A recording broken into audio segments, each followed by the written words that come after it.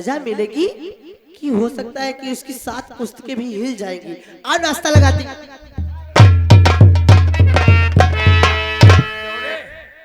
ये पुलिस वाले के और हमारी इस लड़की के यार लौड़िया तुम्हार समझ ले, एक ही स्वर में दोनों बोल रहे हैं। यह लौड़िया तुम्हार सुराग उपाय नहीं है क्या?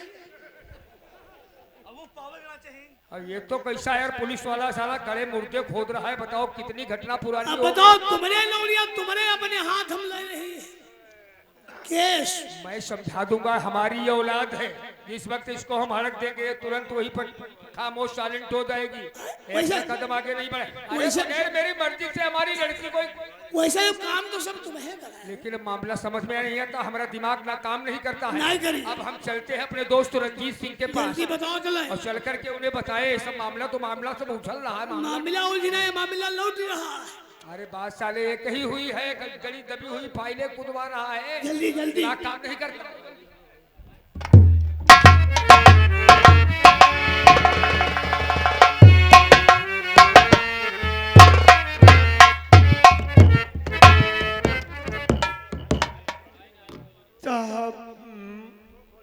मुझे छोड़ दीजिए। छोड़ दूर है। हट साले, ये साला कहता है हमको छोड़ दो। छोड़ दिया जाएगा, लेकिन हम लोग कानून को हाथ में ले सकते। फिक्र मत कर साहिल, मैं तेरे केस की छानबीन कर रहा हूँ और बहुत जल्द तुझे इंसाफ दिला दूंगा। लेकिन ये हवालात है, मैं इस हवालात में लॉकअप के अंदर तुझे रख नहीं सकता। ये कानूनन जुर्म है। मैं इसका चालान लिखता हूँ, फौरन इसे जेल पहुंचाओ। फिक्र मत कर साहिल, मैं बहुत जल्द सच्चाई पेश कर दूंगा।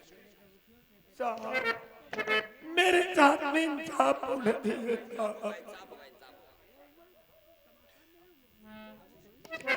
बकवास हो रही है रे, कौन है बहुत बड़ा काबिल? चलो ले जाओ इसे, अदालत पहुंचाओ। भानु प्रताप कहाँ है? कोर्ट से वापस नहीं? चलो मैं उसे भी देख लूं।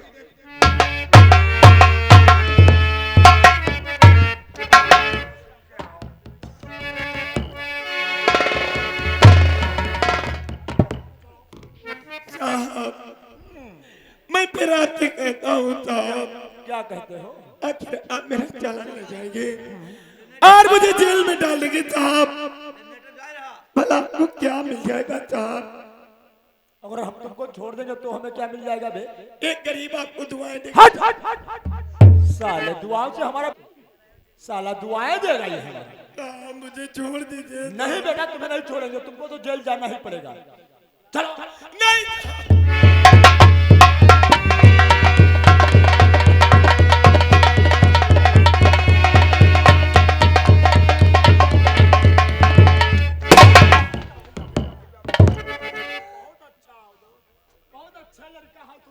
तुम साले बहुत हरामी हो। चलो हथकड़ी खोलो पहले। हथकड़ी खोला। हथकड़ी खोल के भाग जाओ। रोकेगा कौन हमें साले? हम कहाँ रोकेंगे भैया? चलो हथकड़ी खोलो पहले। हे भगवान, हथकड़ी हे भगवान कहाँ हो? भानु सिंह बहुत हरामी है। तुम चले दर हरामी हो। ए भैया, बड़े साहब इतना नहीं मार रहे थे जितना चाले तू मार रहा था। तेरी त्रिपाठी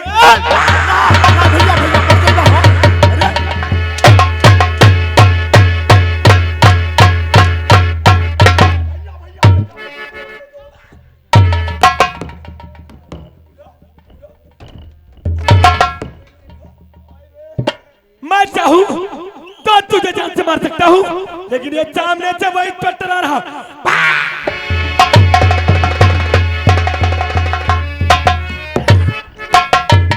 ये क्या बात है जी? साहिल भाग गया सर। कौन भागा? साहिल भाग गया। साहिल भागा। तुम सुनते तेरी बात को वो लगी है दिल में। पता किस तरह से साहिल गया है।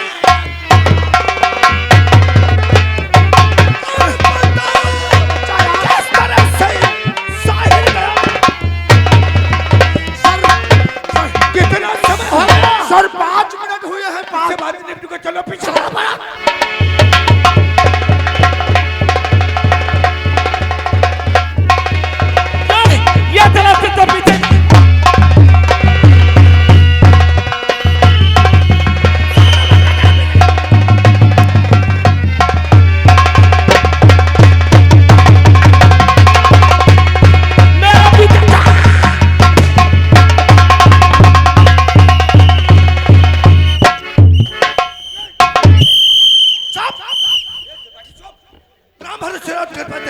जी सर। साहिल दरिया को पार करके जंगल के अंदर प्रवेश हाँ किया। सर, दरिया को प्रयास और कर। ये जंगल खतरे से खाली नहीं है। हमने सुना। क्योंकि जैसे डाकू खड़क सिंह का इलाका शुरू हो हाँ, जाता हमने सुना है सर।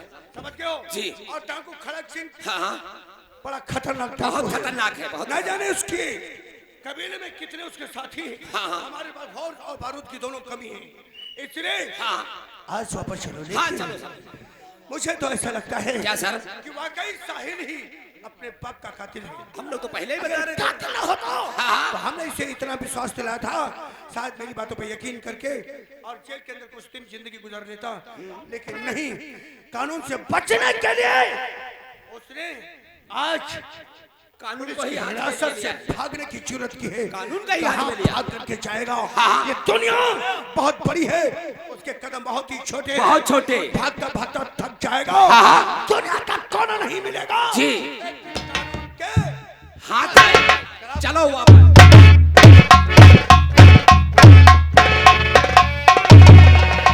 भागते भागते इतनी दूर आ गया। अगर मैं यहाँ से वापस अपने कौरीगंज गया तो हरामजादा रंजीत सिंह मुझे जान से मार देगा। इसी दरिया को पार करने के बाद डाकू का गैंग आता है, क्या उसी में छिप जाऊंगा। नहीं तो ये हरामजादे मेरी जान ले लेंगे, नहीं तो मेरी जान ले लेंगे कुत्ता।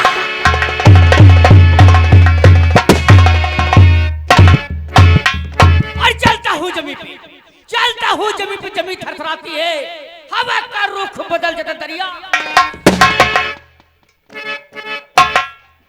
धर्म का कांटा बना, धर्म का कांटा बना, पलड़ा बना ईमान का, घर घर में डंका बजता है सूरज के।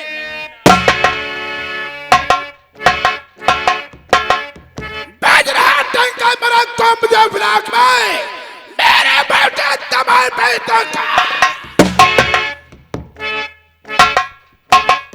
बदल जाए दुनिया से जमाना खिलाफ हो, रास्ता वही चलूंगा जो तेरा। जमीन पर जब मैं चलता हूँ, जमीन पर जब मैं चलता हूँ, जमीन थरथराती है, हवा का रुख बदलती भी सूख जाती है। मेरे भय से पृथ्वी का बेसूरत चंदा मौन है। मैं हुई जगत का नारायण, मुझसे बढ़कर। जिधर समय गुजरता, जिधर समय गुजरता उधर संसार होता है। हमारे सामने कीड़े की तरह इंसान नाम है, नाम भारत से मेरा जमाना काम जाता है। चलो फुफकार करे से जारी ला। सरदार जी की जय मां भवानी। हमारी साथियों को गिरोह के अंदर पहाड़िया नजर नहीं आ रहा। पहाड़ी वो सामने देखो आ रहा है। मारो जमीन पे, ना तो मुसवा निकाल लूं। शेर को राय दो मौसम, सोहराओ मेरे नाम का। शहरा नहीं एक है। कहा जाता है सोहरा है मेरे नाम का। नाम का सोहरावो। हम कहीं सोहराओ या नहीं ठीक, इधर हटाओ, यहाँ नहीं ठीक। अरे दुनिया खाए नमक रोटी, शाबाश पहाड़िया शाबाश। दुनिया खाए नमक रोटी, हमसे कोई मतलब नहीं। कोई मतलब नहीं है। हम खाएंगे कोस रोटी कहने वाले की मां। साले हर समय खाने पीने पे मना करते हो। सरदार जी की मां भी आनी। कहाँ जाता है सरदार जी जय मां भवानी?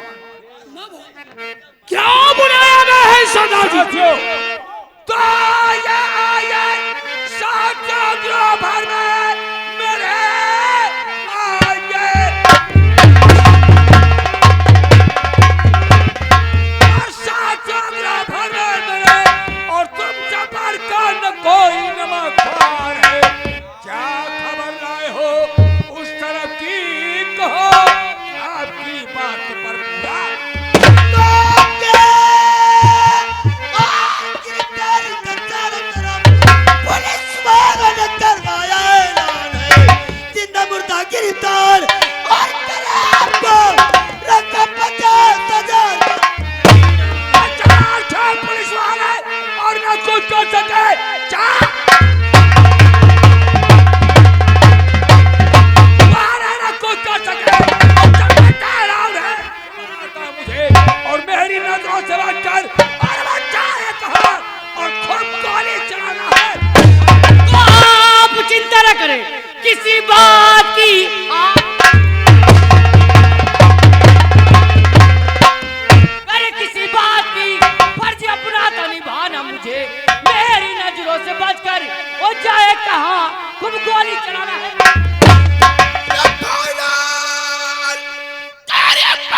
कल ग्रह को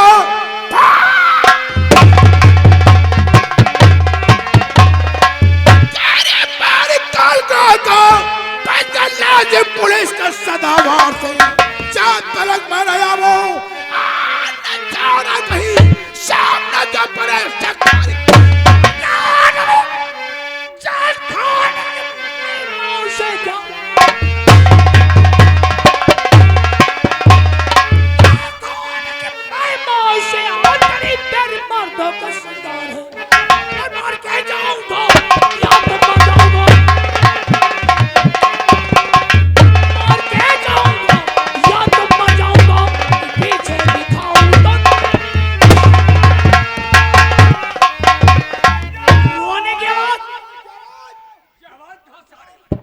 साथियों तो दौड़ दे गामसा है भारी और इस बियाबान से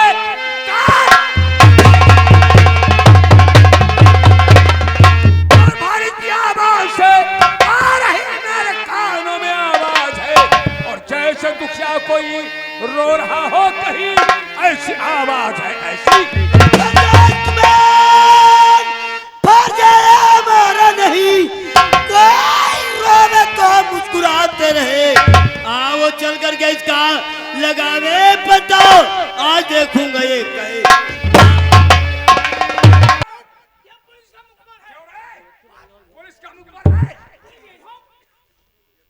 पहाड़िया ठहरो कोई भी साथी गोली नहीं चलाएगा नहीं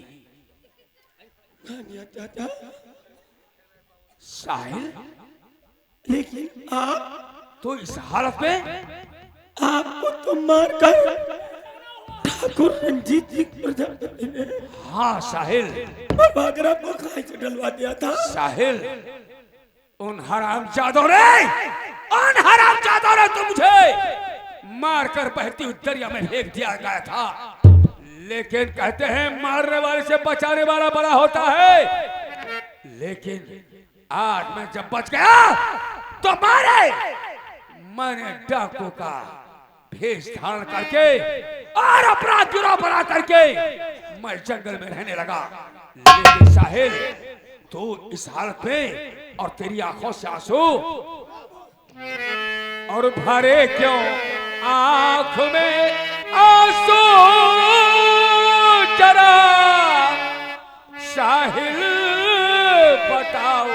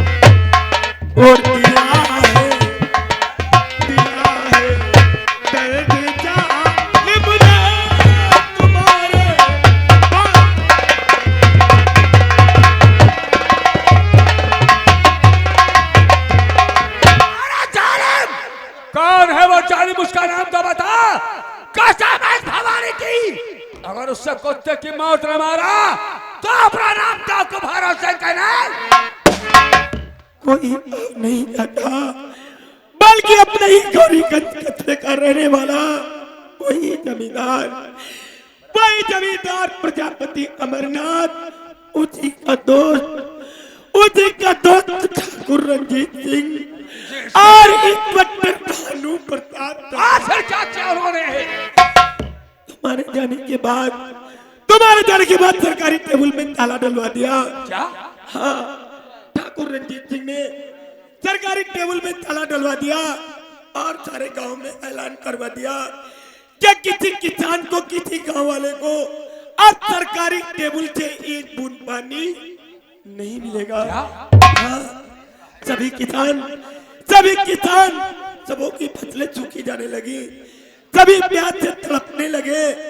ये बात जब मेरे बापू तक आकर पहुंची तो मेरे बापू ने सभी किसानों को तसल्ली दिलाया और सभी से वादा किया कि मैं जा रहा हूं ठाकुर रंजीत सिंह की हवेली और जिम्मेदारी के साथ कहता हूं कि वहां जा रहा हूं, वहां सरकारी टेबल का ताला खुलवा कर ही वापस आऊंगा। मेरे बापू ठाकुर रंजीत सिंह की हवेली पहुंचे पानी की मांग करने के लिए, यही कहने के लिए कि ठाकुर साहब आप सरकारी टेबल से ताले को खुलवा दीजिए, क्योंकि गांव के फसलें और सभी गांव वाले परेशान हैं। ये सुनकर ठाकुर रंजीत सिंह पागल हो गया और उसने मार पीट कर मेरे बापू को हवेली से फिर क्या हुआ? बहुत मारा मेरे बापू को। जब मेरे बापू घर आकर पहुंचे, मैं भी स्कूल से पढ़कर घर ही आया था। बापू ने तो कुछ मुझे नहीं बताया, लेकिन रोते हुए बापू को माँ कहने लगी कि बापू ठाकुर रंजीत सिंह की हवेली गए थे। बस मुझे गुस्सा आ गया और गुस्से में आकर मैं ठाकुर रंजीत सिंह की हवेली पहुंच गया। वहां पहुंचते ही ठाकुर रंजीत सिंह ने मुझे रस्से से बनवा दिया। उसके बाद मेरी आंखों के सामने मेरे बापू को गोली मारकर क्या कहा?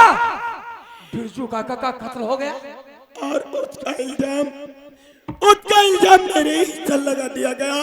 ठाकुर भानु प्रताप मुझे गिरफ्तार करके अपने थाने को ले गया। थाने से मुझे लॉकअप चालान के लिए भेज दिया था, लेकिन आज मैं वहां से अपनी जान बचा कर आया हूँ। सरदार जी, आप मुझे बचा लीजिए। अगर मैं यहाँ से वापस अपने गौरीगंज कस्बे को गया तो ठाकुर रंजीत सिंह, प्रजापति अमरनाथ मुझे भी जान से। साहिल, तेरा मेरा दुश्मन एक है, हमारा रास्ता भी एक है। तो दिल में चिंता न कर साहिल, हम दोनों एक होकर के और उन हरामजादों का नामो निशान अगर दुनिया से न मिटाया तो अपना नाम डाकू भरोसे मगर कैसे चाहता साहिल, तो साथ ही अपना बनाता हो साहिल तुझे, और आज से तू इस कबीले का सरदार है और गिरोह का तुझको संचालन और सब करना पड़े। हर गरीब